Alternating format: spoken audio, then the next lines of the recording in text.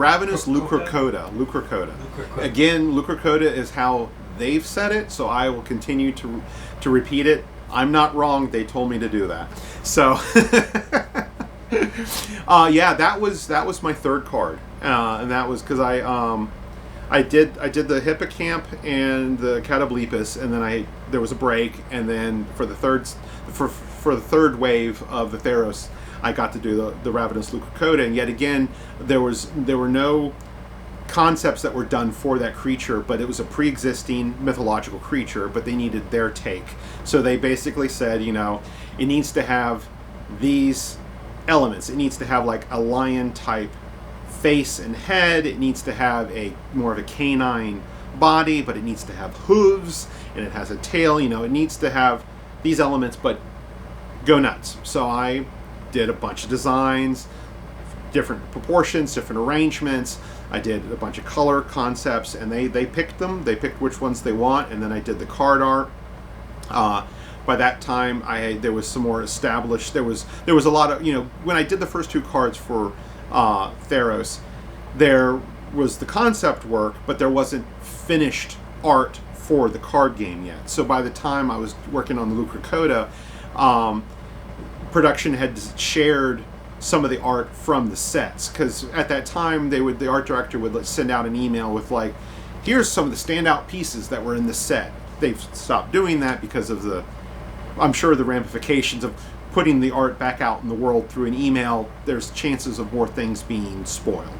But at that time, working on the game, it was really cool because you could see what other people were doing, what was successful, what they would consider success, so that you could then maybe push what you're working on a little more towards what has been working and what other people are doing. So it's a more cohesive set.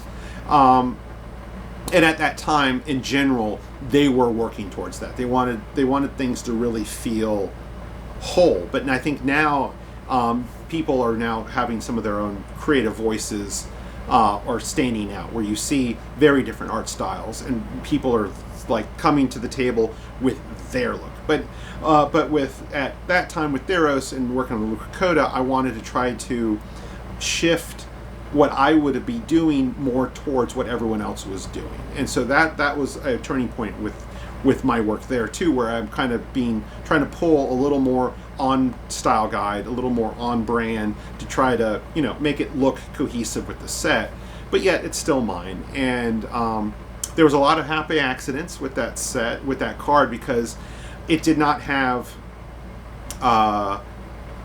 didn't have the mechanics or the title that I was aware of. It was just the Leurocota, just this creature.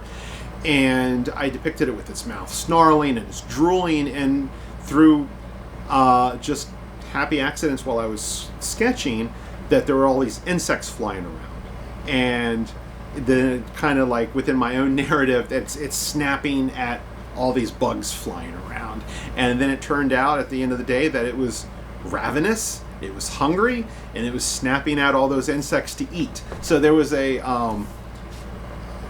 sub-story that kind of manifested just through happy accidents and the changing of production's notes with what I was doing with the art. And that's not the first time it's happened, but it was the first time for me. It was not the last time with what happened with some of my work, which was kind of fun. But yeah, the Leurocota was a fun card to work on, and I'm still happy with it, though it doesn't get a lot of love. It's gotten reprinted, so it's out there.